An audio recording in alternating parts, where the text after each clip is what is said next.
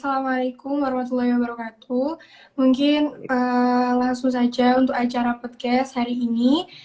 Aku di sini topiknya tentang memandangi dan menyikapi Hari Tani pasca pandemi, dan pemantiknya yaitu Kafka Ervan Giatma dari mahasiswa agribisnis DPW 6, dan moderatornya yaitu Muhajir dari staf Kastad DPP. Nanti untuk acara selanjutnya mungkin akan dipandu oleh moderator, dan mungkin bisa saya langsung serahkan ke moderator. Silakan.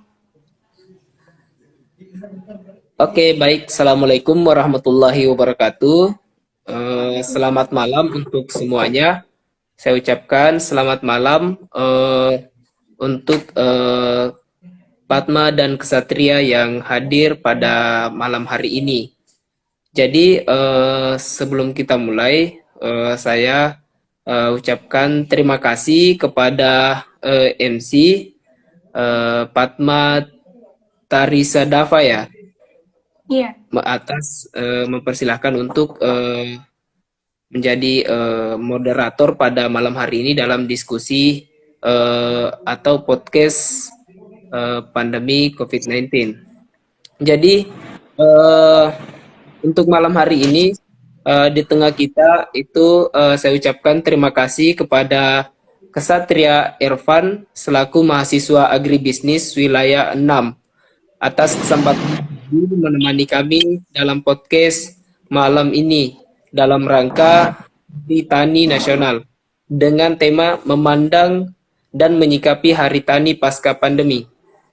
Jadi sebelum itu mungkin mau nanya bagaimana kabarnya Kesatria Irfan? Ya, alhamdulillah baik Satria. Untuk kabar di saya sendiri selaku di DPW 6, tepatnya di Kabupaten Berau. Kabupaten Berau ya Kak. Jadi Ya, kabarnya, oke. Kesibukannya apa nih Kesatria?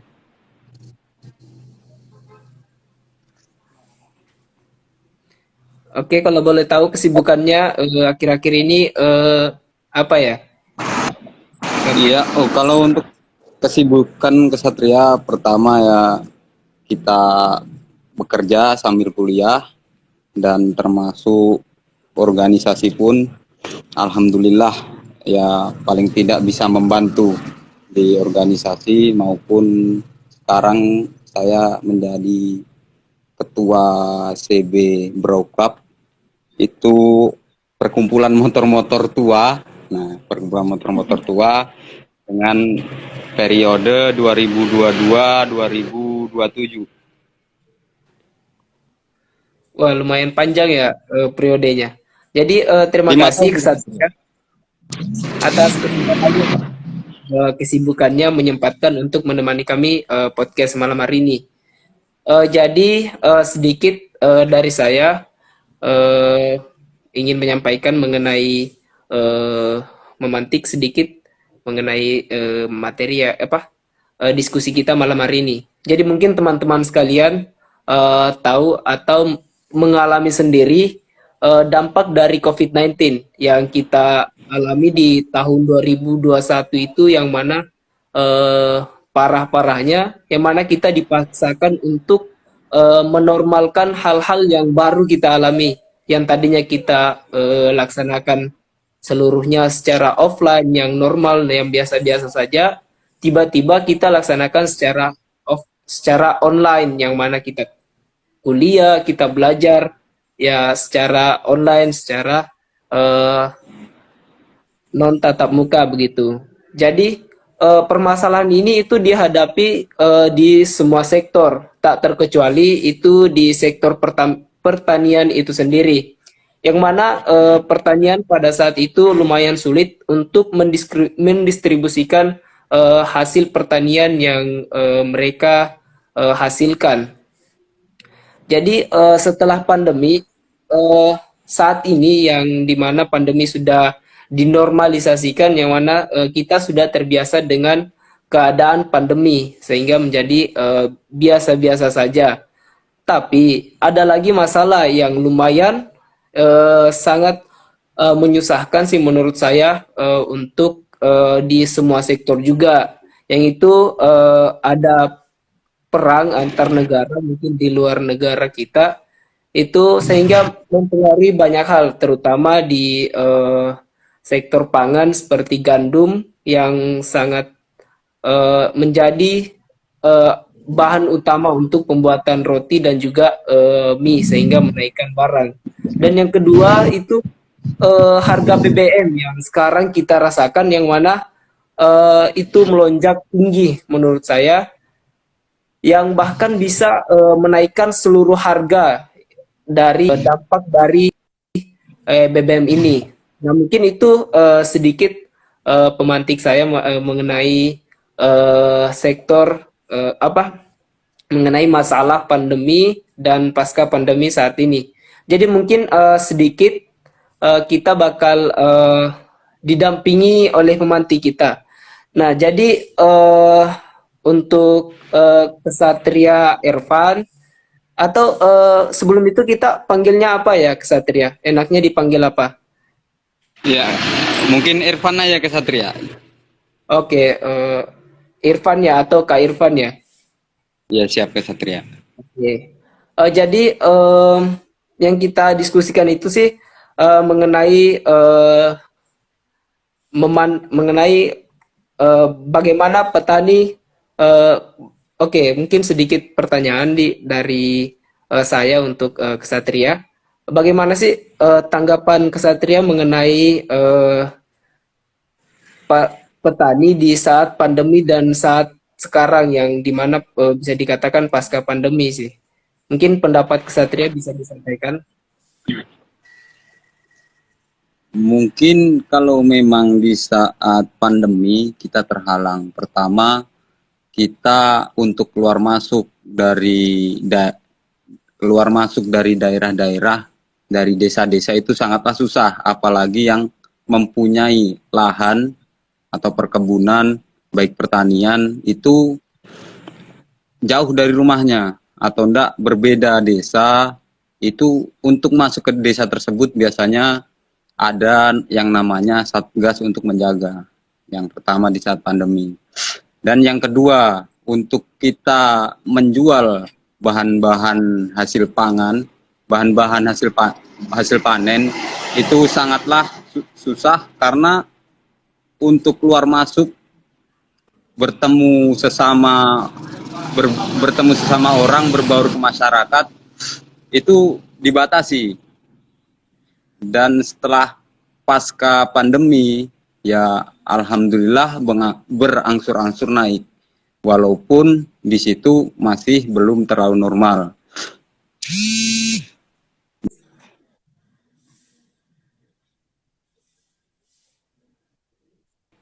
Buat pendapat saya sih, terutama di kabupaten saya sendiri ya, batas RT RW, perbatasan untuk lahan pertanian, perkebunan itu belum jelas.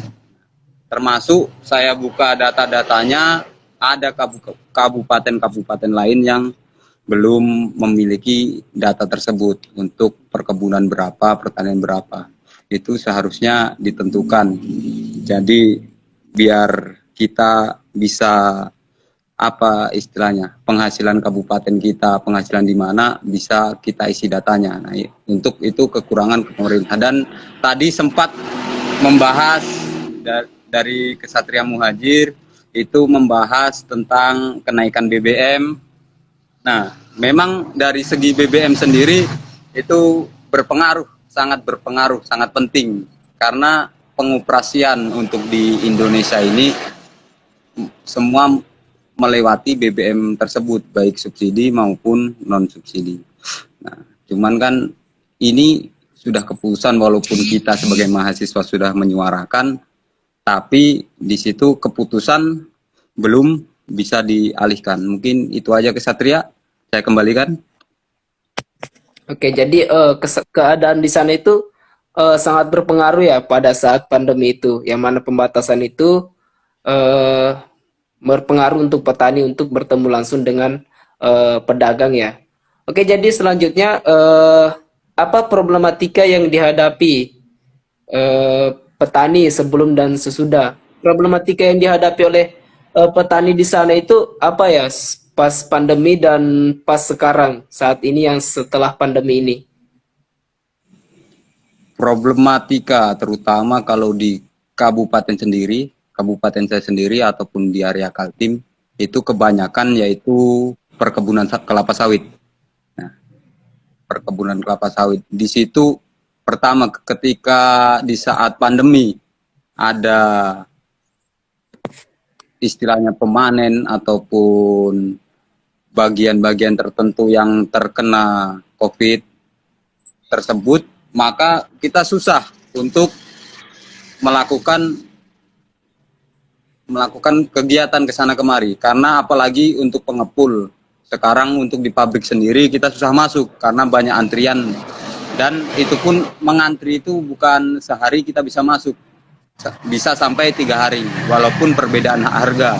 Ketika pengepul ini terkena COVID, otomatis kita tidak bisa menjual ke sana dan kita mengantri. Ketika kita mengantri, di situ tanda TBS atau tandan buah segar tersebut bisa sampai rusak, terkadang pun bisa membusuk.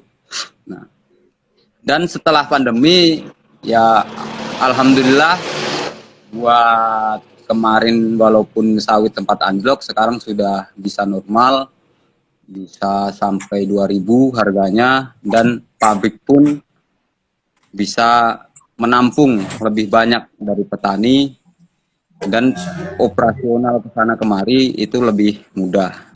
Terutama kemarin soal sedikit lari dari pembahasan ya, soal minyak goreng sendiri, karena kami di posisi kebanyakan di Kalimantan Timur perkebunan sawit. Untuk datanya sawit sendiri per tahun itu yang kami suarakan kemarin untuk di daerah kami per tahun tandan buah segar itu 1.320 ton tandan buah segar untuk area Kaltim. Ada 13 pabrik dan ketika itu dikelola bisa mendapat 1.200 liter, 1.200 ton minyak goreng. Nah, ketika kami kalkulasikan untuk dibagi-bagi ke masyarakat, ke keluarga-keluarga satu Kaltim, itu bisa mendapat 5 drum. Nah, kenapa kemarin kan pembahasannya kenapa kita hidup di perkebunan sawit istilahnya, tapi minyak goreng masih langka. Nah, itu kan termasuk kemarin yang kami suarakan, karena termasuk basisnya di Berau ini kebanyakan perkebunan sawit sendiri. Ya, saya kembalikan. Oke, jadi masalah itu sangat besar ya pada saat COVID di Kalimantan Timur ya. Soalnya pendistribusian kelapa sawit itu sulit. Jadi sebelum itu saya ingatkan kepada teman-teman yang ikut live hari ini, ketika ingin bertanya, mungkin bisa bertanya pada saat dipersilahkan biar kami bisa baca pertanyaan dan pertanyaannya. Takutnya kalau bertanya sekarang itu bisa membuat pertanyaannya tenggelam atau nggak kelihatan. Oke, jadi selanjutnya bagaimana pandangan kesatria itu kebijakan pemerintah untuk petani, kebijakannya saat ini dan juga saat COVID, yang mana kan permasalahan pada saat COVID itu kesulitan mendistribusikan karena mengalami pembatasan. Nah, apa sih kebijakannya pemerintah di sana pada saat COVID dan saat ini, yang mana BBM yang naik gitu? Ya, untuk kebijakan pemerintah sendiri, terutama Pemda atau pemerintah daerah, kemarin sempat mengambil sikap di saat pandemi itu membagikan sembako ke warga-warga, atau enggak disalurkan ke kelurahan menyalurkan ke RT membagikan ke warganya. Nah, cuman kemarin sempat ada problem besar bahwasannya Diskoperindak itu mengumpulkan massa di saat pandemi, dan membagikan sembako ataupun minyak goreng. walaupun kemarin minyak goreng langka, cuma dia membagikan dan di situ masih masa-masa pandemi. Itu kan kemarin sudah kami suarakan juga dan hasil audiensi bersama DPR, bersama orang Diskoperindak dan Bulog, itu pun sudah disepakati bahwasannya itu dicarikan solusi lain, jangan kembali begitu. Termasuk kemarin waktu langkanya minyak goreng itu, ya kalau bicara langka sih enggak, itu sudah takdirnya sih. Dia waktu mengantri minyak goreng ada yang meninggal, sampai ada yang meninggal di saat dia mengantri. Itu ibu-ibu. Cuma kembali lagi ketika ada pembicaraan di situ, ketika bicara takdir, kita tidak bisa melewati walaupun 1 detik. Dan untuk sekarang ya alhamdulillah, termasuk sentral selain perkebunan di sini ada sentral padi dari pemerintah, itu disupport dari Bulog, dari padi di sini diambil oleh Bulog disalurkan ke masyarakat. Jadi untuk sentral padi sendiri sudah alhamdulillah pasca pandemi Bulog mensupport, akhirnya ya ada pemasukan untuk masyarakat, bukan ditanam untuk dimakan sendiri, juga ada yang ditanam untuk dijual dan penampungnya pun sekarang sudah ada. Mungkin itu Kesatria.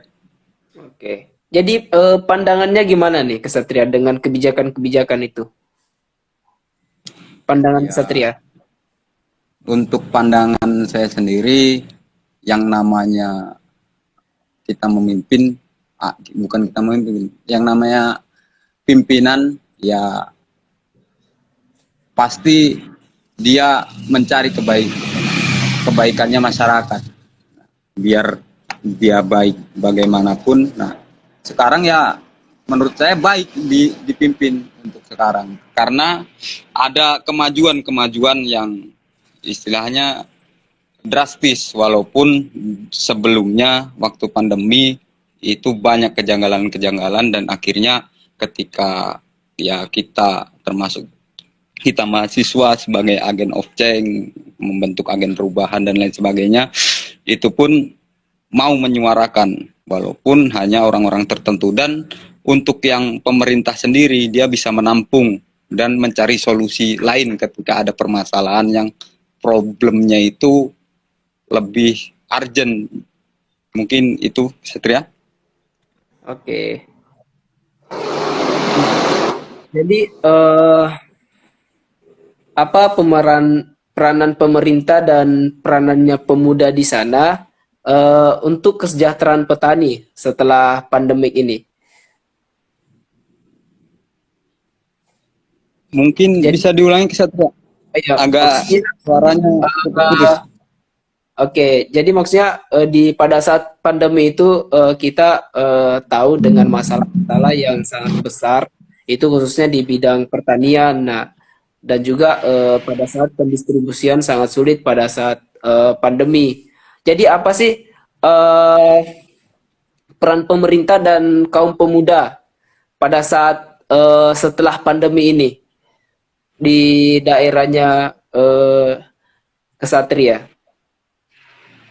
Untuk peran pemerintah setelah pandemi, ya satu itu untuk menyetabilkan harga-harga makanan.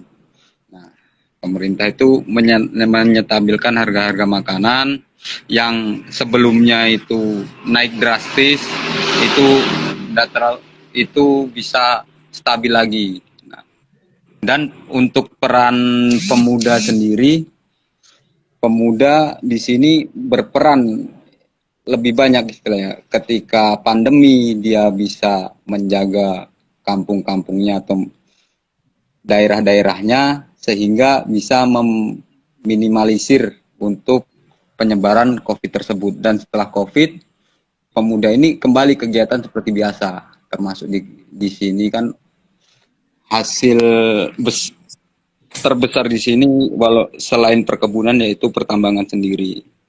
Mungkin itu Satria.